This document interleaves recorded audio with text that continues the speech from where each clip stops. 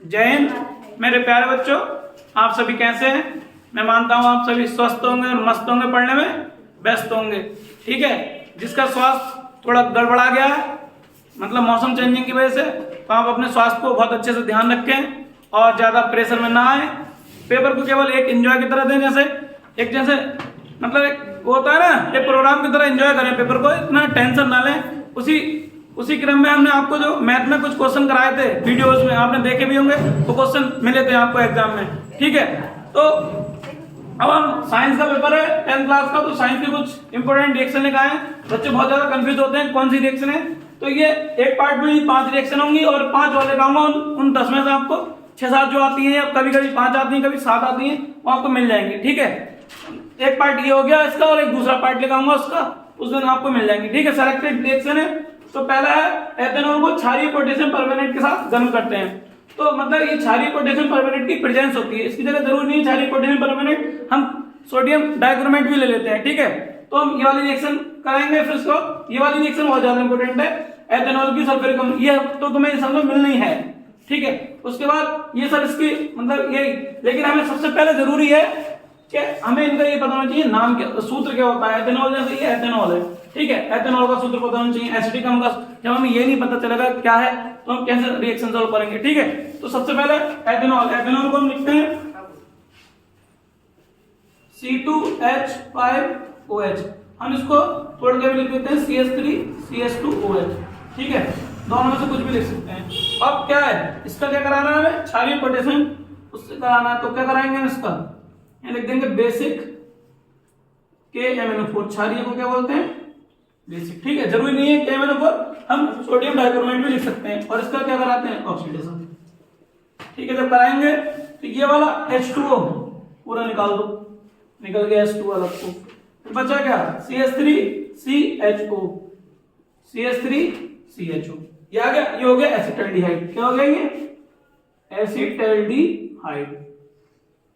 फिर इस एसिटाल्डिहाइड को उठाएंगे और इसका भी हम ऑक्सीडेशन करा देंगे, मतलब हीट करना था हमें, गर्म करना है, तो इसको हीट के लिए बना देते हैं। ठीक है, अब जब इसका ऑक्सीडेशन कराएंगे और ये नवजात ऑक्सीजन लेते हैं, जब इसकी कराएंगे रिएक्शन, तो क्या होगा, ये ऑक्सीडेशन होके देखो ये था CH3 तो हम क्या करेंगे CH3C ये 2 O और एक H ये हो गया, तो CH3COOH हो गया, मतलब इसको हम बोलते हैं एसिटिक एसिड। हमें सबसे ज्यादा जरूरी है सूत्र याद रखने। अगर हम सूत्र याद रखेंगे तो हमारी रिएक्शन खुद ब खुद सही रहेंगे। ठीक है, इतना कर दोगे आपको मार्क्स मिल जाएंगे। अब है एथेनॉल की सल्फ्यूरिक अम्ल के साथ क्रिया, ये मैंने लिख रखा है 110, 140, 170। इसका मतलब है 3 टेम्परेचर में पूछी जाती है रिएक्शन, 110 पे पूछ लेते हैं, 140 पे पूछ लेते हैं, 170 पे। तो हम सबसे पहले करते हैं 110 डिग्री C पर। ठीक है, तो यह है हमारा एथेनॉल का सूत्र C2H5OH। H2SO4 को हम तोड़ के लिख देंगे HSO4, होता है H2HSO4। ठीक है, फिर इसके बाद कितने ताप पर, 110 डिग्री C पर। तो ये वाला OH और ये H मिलकर क्या बना लेंगे, H2। बचेगा क्या हमारे पास, C2H5HSO4। इसका नाम होता है इथाइल, इंग्लिश में बोलते हैं इथाइल, हिंदी में बोलते हैं एथिल, इथाइल बाई सल्फेट। ठीक है, तो ये हमारी 110 पर आ गई। अब ये लिखे हुए जो है 140, 170, जब हम 140 वाली करेंगे, 140 ताप पर गजब करेंगे, तो हमें 110 वाली करनी है, मतलब 140 वाली में भी और 170 वाले में भी। तो हम ये वाली रिएक्शन यहाँ लिख देंगे। ठीक है, पूरी लिख देंगे यहाँ पे। ठीक है, पूरी सेम यहाँ पे। तो इसके बाद हम क्या करेंगे, इसको उठाएंगे C2H5HSO4 प्लस एक एथिल अल्कोहल और ले लेंगे इसमें। ठीक है, क्या ले लिया हमने, एथिल अल्कोहल। क्या है, C2H5OH, और यहाँ लिख देंगे 140 डिग्री C। ठीक है, तो जब हम इससे कराएंगे तो ये वाला, ये HSO4 और ये H मिलके क्या बना लेगा, जो हमने H2SO4 लिया था इसमें, वो हमारा अलग हो जाएगा। बचेगा क्या, एक तो बचा ये C2H5 और यहां से बचा C2H5O।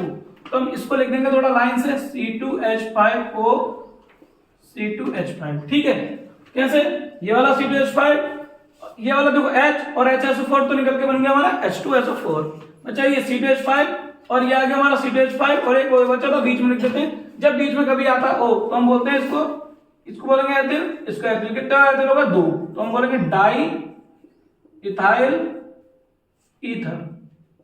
ठीक है, अगर हमारे इसके बीच में जैसे यहाँ हम लिख देते हैं CH3 तो आता है डाई मिथाइल ईथर।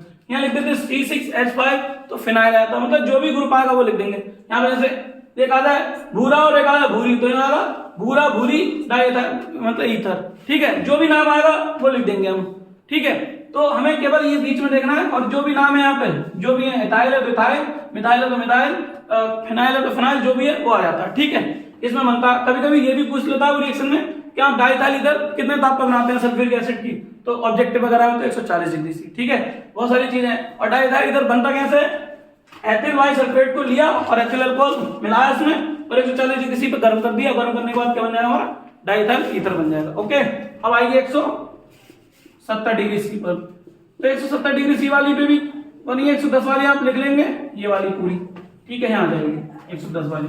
उसके बाद फिर हम क्या करेंगे, इसको उठाएंगे, जो ये है ये वाला C2H5HSO4, इसमें हम नहीं मिलाएंगे, इसमें एथिल अल्कोहल नहीं मिलाएंगे।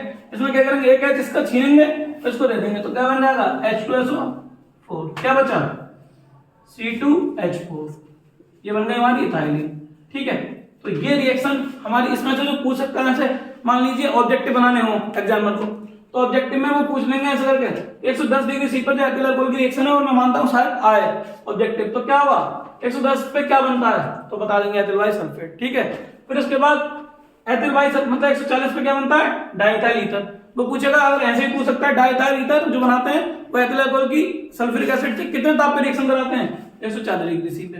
ठीक है, वो पूछेगा 170 डिग्री सी पे क्या बनता है, तो एथिलीन बनती है। अगर ऑब्जेक्टिव के लिए बता रहा हूँ, ये बाकी रिएक्शन तो आप कर ही लोगे इसमें से। सही है, वो ये पूछेगा या एथिलीन जो होती है वो कितने ताप पे प्राप्त होती है, ऐसा ही क्वेश्चन बन जाएगा 170 डिग्री सी पे। ठीक है, याद है हमारी, इसमें मैंने बोला था पहले ही एथेनॉल की जो सल्फ्यूरिक अम्ल से क्रिया बहुत ज्यादा इंपॉर्टेंट है। कितना हो गया ये, इसके बाद आ गया हमारी एसिटिक अम्ल सोडियम कार्बोनेट से विक्रिया करता है, तो एसिटिक अम्ल का भी हमने सूत्र बता दिया था, ये होता है, तो थर्ड वाली है CH3COOH प्लस, सबको पता हो सोडियम कार्बोनेट का सूत्र Na2CO3।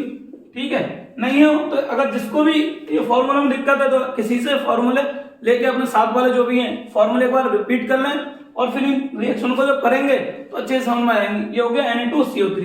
ठीक है, तो जो Na2CO3 ये है, तो यहाँ कितने हैं, 2 हैं, तो यहाँ पे हम कितने ले लेंगे, 2 ले लेंगे। ठीक है, तो इसके बाद हमारा ये वाला ये पूरा 2H इसके यहां से निकल जाएंगे और एक O इससे छीन लेगा, ये तो हो जाएगा हमारा H2O। 2H ये वाले, यहाँ पे 2H है, ये 2H पूरे, क्यों, क्योंकि सोडियम आगे से हटा देगा, सोडियम ज्यादा रिएक्टिव है, H को हटा देगा और यहाँ आ जाएगा इसकी जगह, तो 2H यहाँ से हटेंगे और एक उससे मतलब इससे लेके ओ H2 बना लेगा, बचा क्या यहाँ पे CO2, तो एक तो H2 निकल गया और CO2 बचा, और क्या आ गया, ये हो गया हमारा 2CH3COONA। मतलब हमें 2 क्यों लेने पड़े एसिडिक, क्योंकि सोडियम हमारे पास 2 थे, जब 2 हटेंगे तो 2H निकलेंगे, तो 2H निकलने के लिए हमने कितने ले लिए, इसके 2 मोल्स ले लिए, और 2 मोल्स जब निकल गए तो ये आ गया हमारे पास कितना, ये आ गया CH3COONA। अब इसका नाम बहुत सारे बच्चे कंफ्यूज रहते हैं, इसका नाम होता है सोडियम एसीटेट। क्या होता है, सोडियम एसीटेट। कैसे याद रखते हैं कि जिसकी भी बैलेंसी यहाँ पे वन बैलेंसी वाला होगा तो वहां CH3COO एक आएगा, मतलब CH3 वो हॉल्ट वाइज, अगर यहाँ Ca लगा देते तो CH3COO का हॉल्ट वाइज आया था, क्यों, क्योंकि उसकी बैलेंसी 2 थी है कैल्शियम की, तो ये CH3COO 2 आ रहे थे। इस वाले बोलते कोई तो मोल से आगे नंबर लगे हुए, हमें देखना था हॉल्ट वाइज। तो जितने भी यहाँ पे वन बैलेंसी वाले होंगे उनका नाम जो भी यहाँ है पहले उसका नाम पढ़ लो। जैसे यहाँ नाम है, यहाँ K लगा दो तो पोटेशियम एसीटेट हो जाएगा, यहाँ अगर NH4 लगा दो तो अमोनियम एसीटेट हो जाएगा, जो भी लगाएंगे वहां पे वो हो जाएगा। तो हमें इतने को याद रखना है, इतने को, इसे एसीटेट बोलते हैं। क्या बोलते हैं इसको, एसीटेट। ठीक है, तो हो गया हमारा सोडियम एसीटेट। अगर हम यहाँ Ca लगाते तो इस पर CH3 का हॉल्ट वाइज करना पड़ता, लेकिन अब हमें जरूरत नहीं है तो ये आगे। ठीक है, अब चलते हैं अगली रिएक्शन पे। क्या है, एथिल अल्कोहल की सोडियम धातु के साथ क्रिया, ये भी बहुत ज्यादा इंपॉर्टेंट रिएक्शन है। एथिल अल्कोहल हमने पहले बता दिया था, सूत्र क्या होता है, C2H5OH, ठीक है, प्लस सोडियम का Na। अब हमें इसमें भी हाइड्रोजन गैस निकलती है, क्या निकलती है? हाइड्रोजन। और आपको बहुत अच्छी तरह से पता होगा हाइड्रोजन को हम H2 से लिखते हैं, जो गैस होती है, ठीक है, सिंबल H होता है लेकिन हाइड्रोजन गैस को H2 से लिखते हैं। तो जब H2 निकलेगी तो कितने लेने पड़ेंगे हमें? सोडियम 2 ले लेंगे हम। तो जब 2 लेंगे तो ये भी 2 ले लेंगे, ठीक है। तो इसमें से 2H ये निकल जाएंगे और ये आएगा हमारे पास C2H5ON, मतलब इस H को हटा के Na आ गया, कितने थे? 2 थे, ठीक है। अब कभी भी अगर यहाँ पे C2H5ON जब आता है तो हम इसको बोलते हैं सोडियम है, इसको बोलते हैं एथोक्साइड। क्या बोलते हैं? एथोक्साइड। O है तो एथोक्साइड, सही है। जैसे CH3 होता तो मेथोक्साइड, अगर C6H5 होता तो फिनोक्साइड। और जो भी नाम आता है यहाँ पे Na तो सोडियम एथोक्साइड, अगर K हो तो पोटेशियम एथोक्साइड, अगर जो भी मतलब नाम होगा जैसा भी हमें वो होगा उसको लगा देंगे, ठीक है। इसका नाम आएगा हमारा सोडियम एथोक्साइड, ठीक। इसके बाद एक रिएक्शन और बची है, एथिल एसीटेट सोडियम हाइड्रोक्साइड के साथ क्रिया करता है, ठीक है। एथिल एसीटेट अभी आया है, देखो एसीटेट तो आया, जब मैंने बोला था अभी एथिल तो यहाँ पर C2H5 लग जाएगा, पूरा सूत्र यही आएगा CH3COO C2H5 ये हो गया हमारे पास। देखो एसीटेट ये हो गया, ये हो गया एथिल, क्योंकि एथिल में भी एक पॉजिटिव होता है, इथाइल एसीटेट। फिर इसकी किससे रिएक्शन करानी है हमें? सोडियम हाइड्रोक्साइड के साथ NaOH कराएंगे तो क्या हो जाएगा? ये वाला C2H5 और ये वाला OH मिलकर क्या बना लेंगे? C2H5 और OH मिलकर क्या बना लेंगे? C2H5OH। मतलब इसमें एथिल अल्कोहल बनता है और प्लस CH3COO Na, ये इसके तरह आएगा, इसको बोलेंगे हम सोडियम एसीटेट। और ये तो आपको सोडियम एसीटेट, ठीक है। ये तो आपको पता ही चल गया होगा कि ये वाला जो है, ये वाला बार बार बोल रहा हूं, इसको एसीटेट बोलते हैं, ये सोडियम है। और ये एथिल अल्कोहल तो कई बार बता दिया, ठीक है। तो ये आपको मैं मानता हूं रिएक्शन समझ में आई होंगी। और मैं एक बार और आपको रिवाइज करा देता हूं। देखो पहली थी एथेनॉल को क्षारीय परमैंगनेट के साथ गर्म करना है, तो ये हो गया एथिल अल्कोहल, हमें ऑक्सीडेशन, इसका मतलब ऑक्सीडेशन कराना है, तो बेसिक KMnO4 कराएंगे तो क्या बन जाएगा? CH3CHO और H2 मतलब बाहर निकल जाएगा। फिर CH3CHO का ऑक्सीडेशन फिर करा देंगे, एसिटिक एसिड बन जाएगा। ये 3 टेम्परेचर पे रिएक्शन होती है। पहले पे एथिल अल्कोहल को H2SO4 से गर्म करेंगे 110 डिग्री सी पे, एथिल बाइसल्फेट बन जाएगा। फिर उसके बाद इसको जब 140 पे करेंगे तो 110 वाली लिखनी है हमें यहाँ पे, ठीक है। फिर उसके बाद इसमें तो जो यहाँ आएगा एथिल बाइसल्फेट जो आएगा उसको हमें क्या करेंगे, ठीक है, उसको मतलब जब एथिल अल्कोहल साथ फिर से 140 पे गर्म करेंगे तो हमें बन जाएगा डाइथाइल ईथर। मैंने बता दिया था पीछे कितने और क्या क्या तरीके से पूछ सकते हैं। फिर ऐसे 170 पे, ठीक है, 170 पे क्या करेंगे? 110 वाली फिर से नोट करेंगे और जो उसमें आएगा एथिल बाइसल्फेट उसको उठाएंगे और 170 पे हीट कर देंगे, तो उसमें से क्या होगा? H2SO4 अलग हो जाएगा, एथिल अल्कोहल सॉरी एथिलीन बन जाएगी। और एथिलीन में पूछते भी हैं कि इसमें क्या बनता है। फिर आ गया अगला एसिटिक अम्ल की सोडियम कार्बोनेट से। सोडियम कार्बोनेट का सूत्र आपको अच्छी तरह से पता होगा, Na2CO3, उन्होंने एसिटिक एसिड दे ही रखा है। जब इसके दो यहाँ Na2 है तो यहाँ पे ब्रोमो ले लिए और इसमें क्या होगा? H बाहर रिलीज करा है तो 2H, एक ऊपर एक H2O, बाकी CO2 जो बचा था वो, और ये Na है।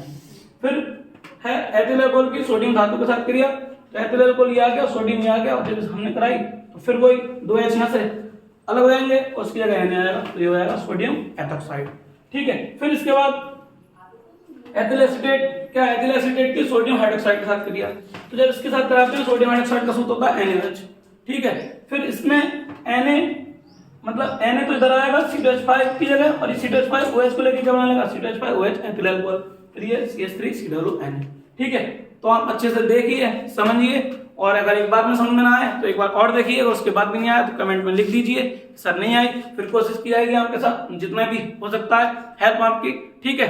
तो आप, मैं मानता हूँ बहुत अच्छे से पढ़ रहे होंगे इस टाइम, और करें और मेहनत करें जितनी भी आपसे की जाए, और कोई भी तनाव मतलब अपने सिर पे ना रखें कि क्या होगा क्या, बस केवल आपको एक ईमानदारी से पढ़ना है, और ईमानदारी से पढ़ेंगे तो नंबर भी ईमानदारी वाले मिलेंगे, ठीक है। जय हिंद, थैंक यू।